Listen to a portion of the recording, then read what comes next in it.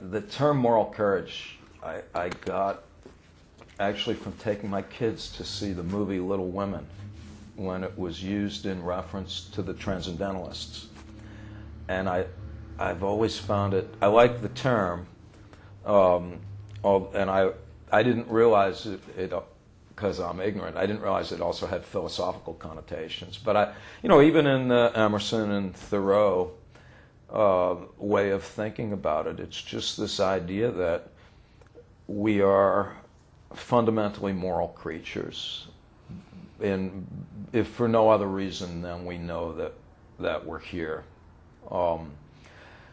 My kind of obvious example that works with the students is, who's ever seen like a TV show, Nature Channel or Discovery Channel, when you see a hungry lion devour an antelope, and all the kids are like, oh yeah, I've seen that. And I'm like, well, do you ever think the lion goes back and is thinking, oh man, I shouldn't have done that. Bambi's going to be bitter when her mom is not there. And of course the lion's not thinking that. The lion's thinking, that was good, I'll be back and eat Bambi after I have a nap. And the point being that issues of right and wrong just do not arise in nature. It is morality, as Nietzsche and others point out, is a uniquely human affectation that requires a conscience, as it were. And this gets back to the capacity for guilt and empathy. If we didn't really care for other people, we would never feel badly about transgressions. And so, of course, morality does not arise in the sociopaths, as it were. And, so when we talk about moral courage, we just define it as having a sense of right and wrong. It's easy. The courage, of course, is to have the intestinal fortitude to behave in accordance with those standards. Now, the terror management / Becker view of morality is that it is a cultural construction superimposed upon an evolutionary foundation.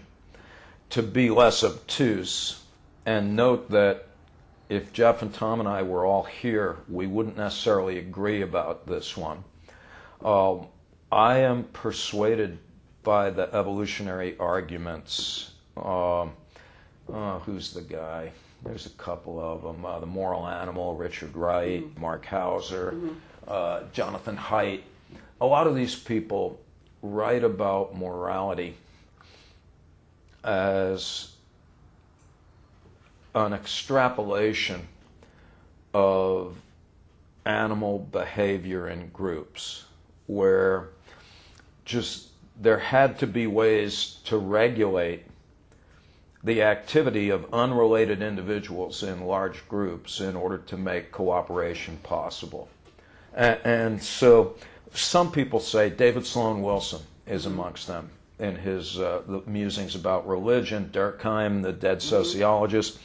They just said, morality is just the human version of behavioral regulations to make living in groups possible. And I think they're right to a degree, especially with regard to what they call reciprocal altruism. Birds engage in reciprocal altruism. You pick a tick off my head, I'll pick one off your head, and the only thing that you need for that to work is memory and to be able to recognize individuals.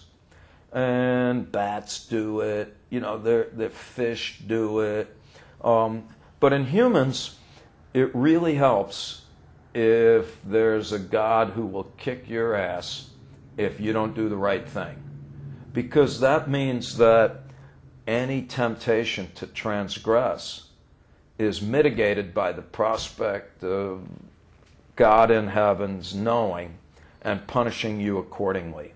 So that would be the evolutionary view of morality, and I accept that as part but not everything.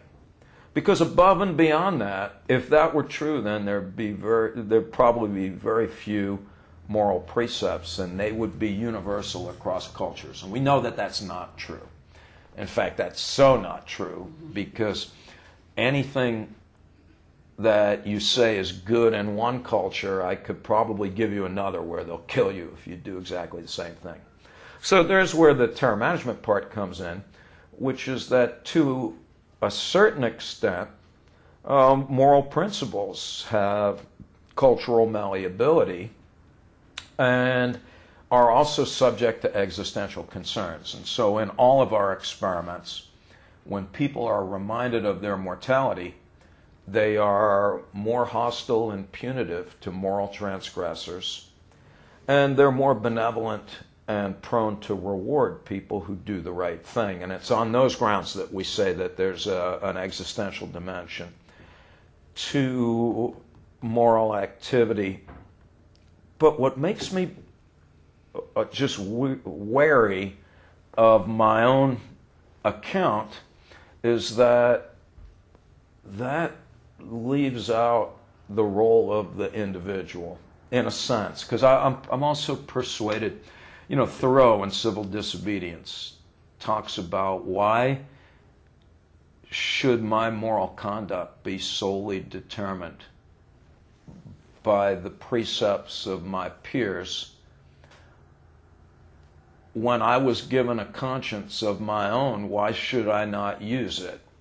And I am persuaded by his injunction that it is irresponsible to, in an unself-reflective way, to defer always to group norms.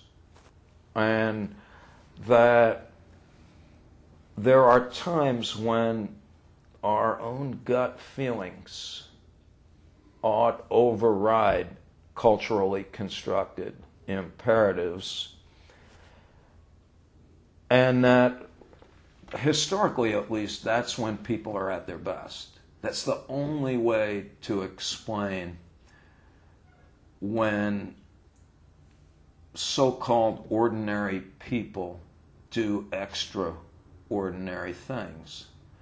Again, the most obvious one that I can remember is just the Germans and the Dutch that shielded Jewish families, often giving their lives to do so. And when you ask them why, they just said, I felt that this was the right thing to do.